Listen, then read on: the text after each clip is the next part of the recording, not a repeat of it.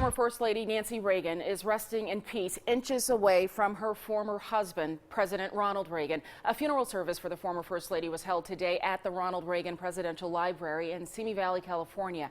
She was remembered today for her fierce devotion to her husband and her country.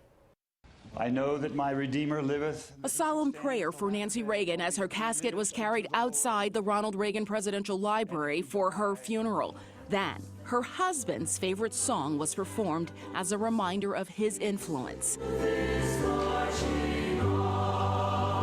The former First Lady's life and legacy seem inseparable from former President Ronald Reagan. Fortunately for me, that is, for there could be no life for me without you. The president's letter to Mrs. Reagan on their first Christmas in the White House was read. I love the whole gang of you.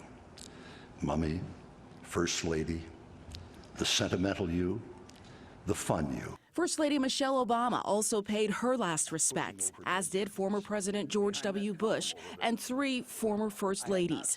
The Reagans' children, Patty Davis and Ron Reagan Jr., reflected on their mother's devotion to their father and her family. When my father was shot and my mother rushed to the hospital, they at first wouldn't let her see him. "I have to," she said. "You don't understand how it is with us."